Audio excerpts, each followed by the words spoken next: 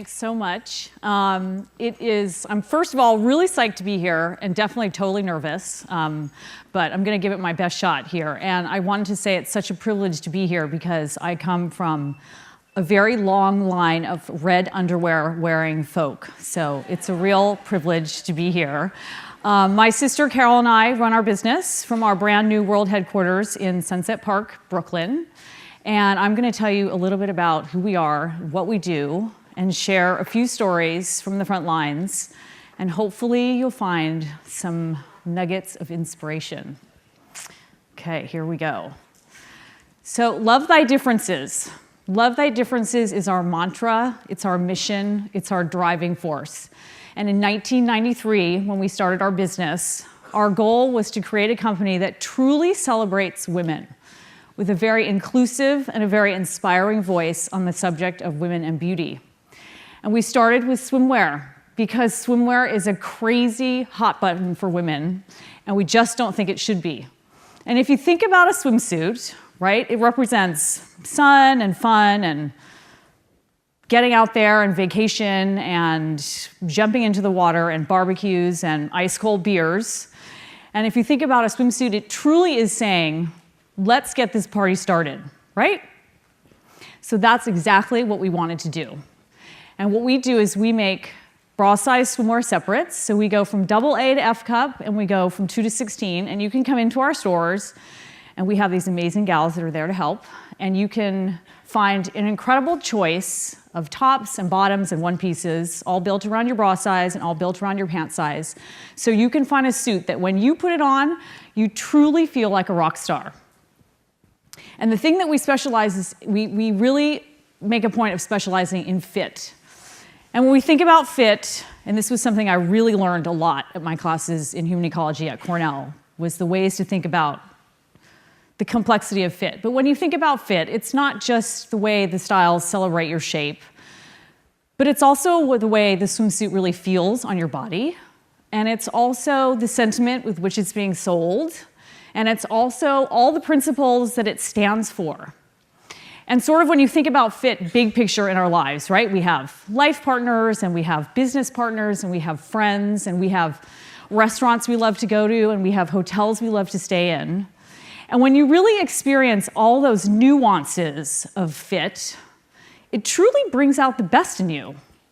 And that's really been our big, big, big goal, was to design beautiful swimwear and beautiful clothing and beautiful accessories that truly bring out the best in you.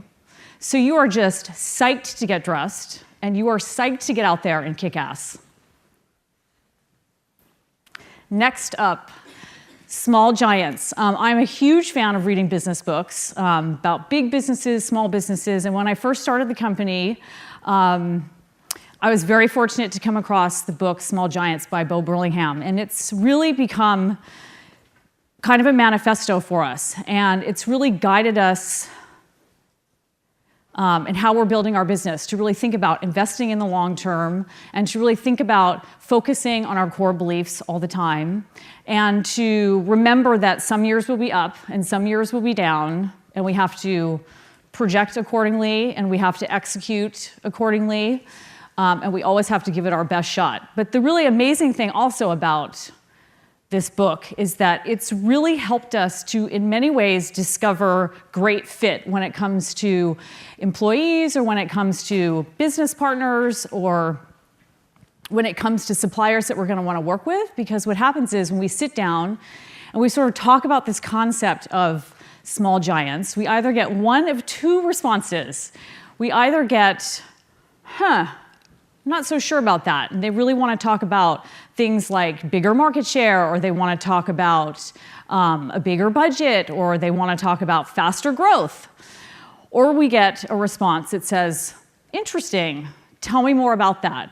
And what's really great about that is then we can talk to people, and we can be very forthright about who we are and what our ethos is and how we want to build our business. And then when we find people who share that sentiment, that's the people that we want to join forces with. All right, bootstrapping. Bootstrapping, to quote a really favorite movie of mine, is and up at dawn, pride swallowing siege. And that's from Jerry Maguire. And it's really true. It's DIY, it's roll up your sleeves, it's factoring, it's credit cards. It's literally collateralizing our asses off to get a bank line of credit. And we totally dig it. And we're very, very fortunate that it has worked really well for us. When we first started the business, I was sewing suits out of my house and I was waitressing at night. And we were fortunate to get a couple of stores in New York, like Big Drop, to pick up our line. And we spent years, literally years, trying to raise money for our business. And we were very fortunate because we had this incredible group of advisors that was helping us. And we had written business plans, and we did 10,000 spreadsheets, and we had tons of meetings. And one day, one of our advisors said to us, I think you should stop spending so much time trying to raise money, and you should spend more time running your business. And it was really incredible advice. And so we did just that. We spent 200% of our time, and we literally focused on the nitty-gritty of our business. And we started to make decisions based on actual sales trends and real customer feedback. And, wow, I'm going to lose my train of thought there. Hang on. And essentially what happened was there's truly nothing like running your business and getting into the nitty-gritty, and then suddenly you have a major cash flow issue, which is exactly what happened to us. There was a summer, we had tons of bathing suits, we had no cash, and suddenly we really realized what was driving our business because we had a sample sale. And at the sample sale, this amazingly diverse group of gals showed up to shop.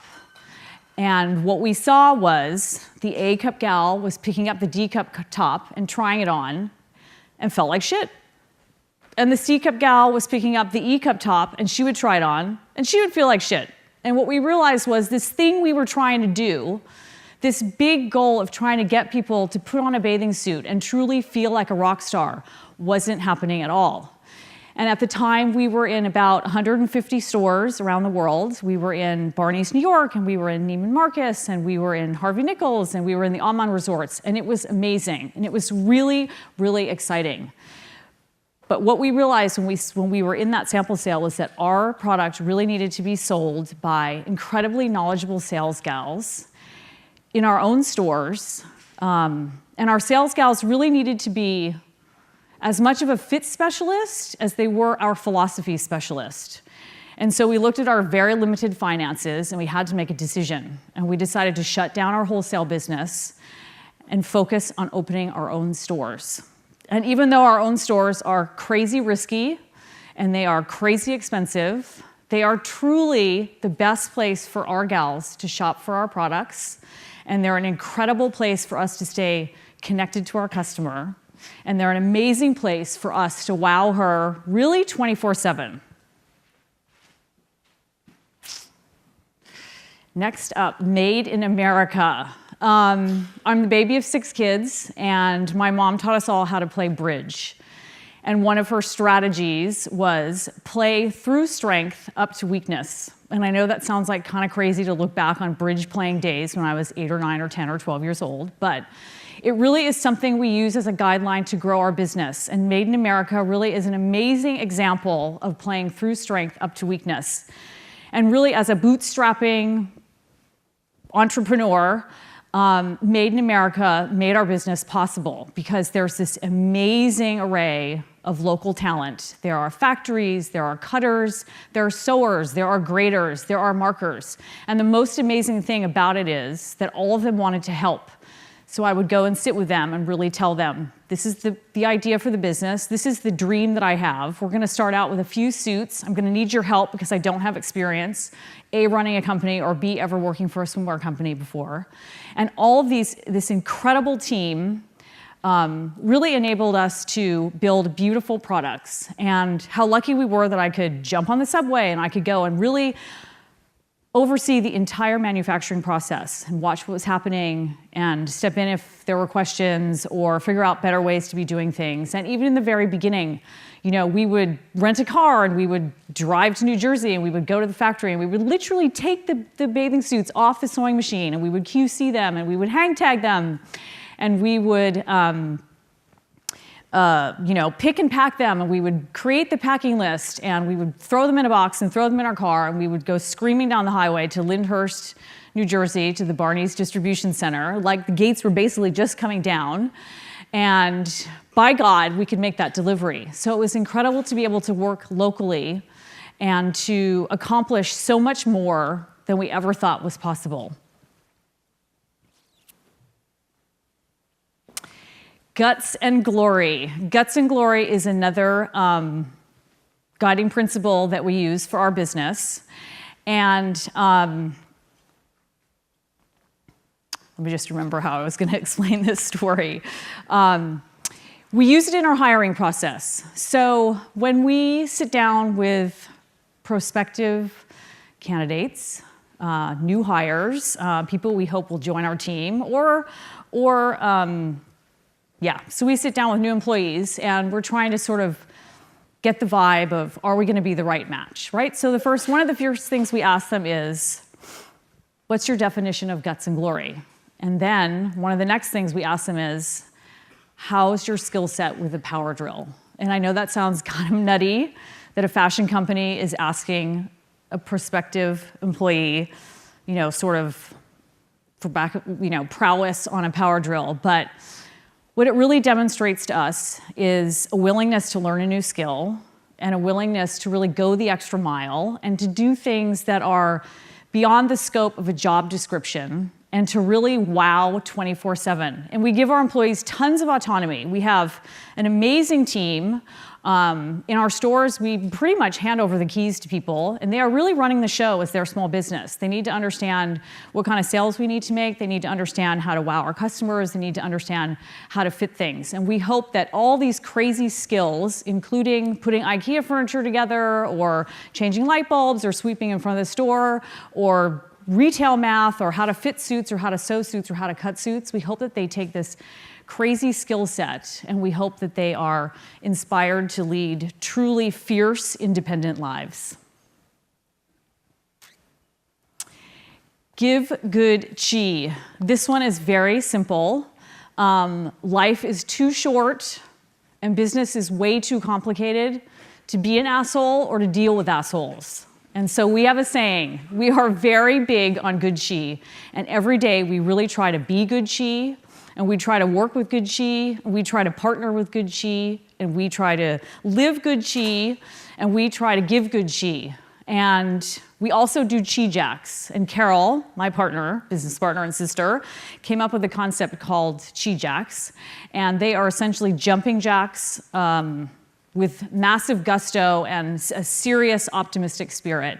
And the great thing about chi jacks is it's really an amazing way to step away from your desk and crank the tunes and stir up the energy and really shake out some really amazing ideas. Change your ass attitude. So data and technology, obviously it's very critical to the success of our business and a big part of how we grow our business. But for us, really the beating heart of the business and the sort of the je ne sais quoi of what we do happens in our stores. It happens in our stores with our sales team, and it happens in our stores with our customers, and it happens in our stores with the stores that are surrounding us. And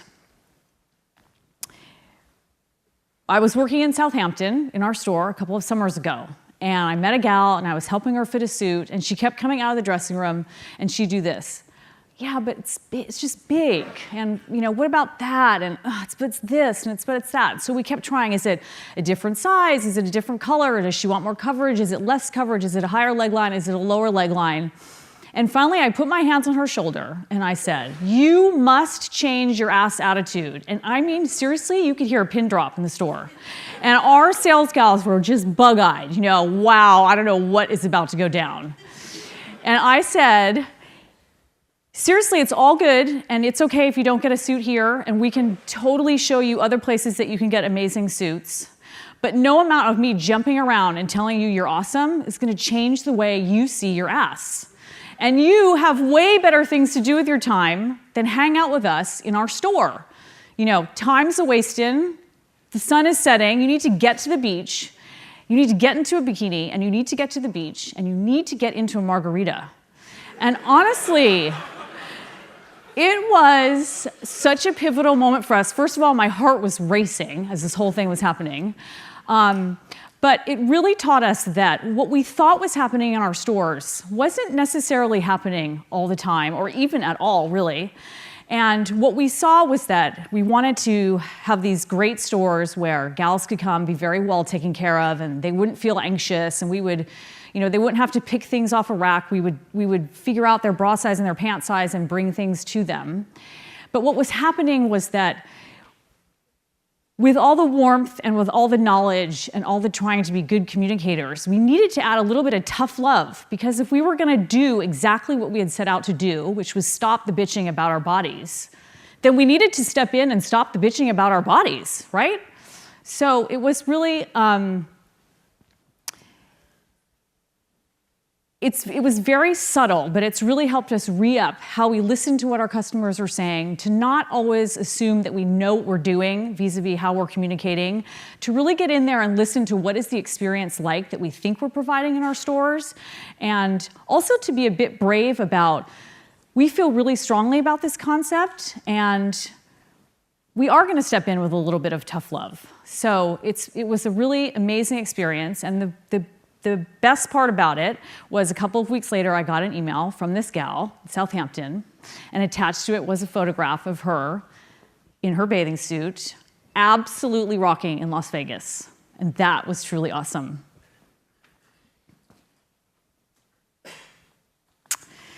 Well-behaved bikinis seldom make history. That was based off of one of my favorite sayings, well-behaved women seldom make history.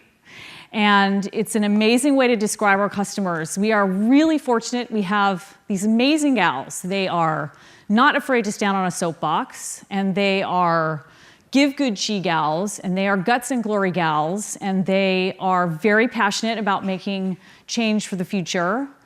And they are total believers. They are total believers that the future is bright, and they are really carpe diem gals. And I bring all this up because lots of times people say to us, who's your customer? And we try not to talk too much about demographics, because our customer is so much more than where does she live? How old is she? What is her annual income? What kind of car does she drive? And it's so important to think about what makes her tick and what makes us tick. And honestly, how can we tick together? Because we really are in it together with our customers, and we really are working hard to build this business, to have a great time, and to truly feel like together, hopefully, we're working towards reaching our true potential. A $500 bikini, what the So when we think about our business, we try to be very optimistic. We are super enthusiasts about meeting each challenge and trying to get through it and all these things. But I have to say, saying no has actually been one of the things that's truly helped us build the foundation of our company. Definitely more so than the things we've said yes to. So for example, we say no to moving our production overseas, right? We feel very, very strongly about supporting all of the factories and all of the people and all the suppliers that have helped us build our business all these years. And we say no to nude lining, because we want the inside of our garments to be as vibrant and awesome as the outside of our garments. And we say no bullshit and no drama, because we want to be moving forward all the time. And we say no to no gold rings, and that's really a metaphor for us to stay very true to sort of the juju and of our aesthetic and what we feel very passionately about our products, and to try to resist chasing trends. And that's a really hard thing, especially when you're in fashion, to really try to stay true to the design aesthetic when the fashion world is headed in another direction. We also say no to the customer is not always right. We're not always right. I'm not always right. And we feel like in this crazy world that we live in, where you have these countries that are going cuckoo and they're throwing bombs, and you have the wealthiest country in the world where kids still go to bed hungry, and you have women and girls who have to deal with incomprehensible inequality. We promote that nobody is ever always right in an effort to really engender empathy and kindness and connection amongst people who choose to agree and amongst people who choose to disagree. But one of the things we do say absolutely hell yes to is Vivienne Westwood. She's an amazing designer. She's amazingly passionate. She's always out for the cause. We say yes to her buy less, buy better, make it last mantra. And we are really proud of making a premium product with an extraordinary team, with incredible customers who are really, really passionate about our Love Thy Differences mission. Wine. That's us at our sample sale. And that was during Hurricane Joaquin. So basically, we've had nothing but amazingly sunny weather for about a year. And then we had 2 days of a hurricane, which coincided with our sample sale. And then now we have this amazing weather again. Wine. The fashion industry is really an incredible business to be in. It's super complex. It's really inspiring. And honestly, everything that you read about in the New York Times affects our business. So if you think about currency fluctuations and the price of gas and how are we going to import our fabrics from Europe, or you think about droughts and the price of cotton, or you think about travel bans, and suddenly, how the hell are we going to get $350,000 worth of a private label order when suddenly the planes are being grounded? If you think about real estate prices and what the hell are we going to do when the rent increases and half of our profitability is suddenly wiped out? And we think about politics, and we think about healthcare, and we think about women's rights, and we think about wine, because we have so much coming at us all the time. And our team has so much coming at us all the time, which is amazing challenges and all these things. But you're spending so much time right brain, left brain, right brain, left brain. It's just really important to pause, to put the phone down, and to raise a glass to accomplishments big and accomplishments small. Women. We are all trying to do something crazy amazing. We have big dreams, we have crazy ideas, we want to create jobs, we want to make change, we want to have an incredible experience with our friends and family and teammates and customers. And I want us to all make a pact, because no matter what route we choose, the biggest return on our investment, literally the craziest, most incredible return on our investment, comes from supporting women. So we must hire women, we must train women, we must challenge women, we must champion women, we must invest in women, we must make loans to women, we must vote for women. Because as women go, so goes the world.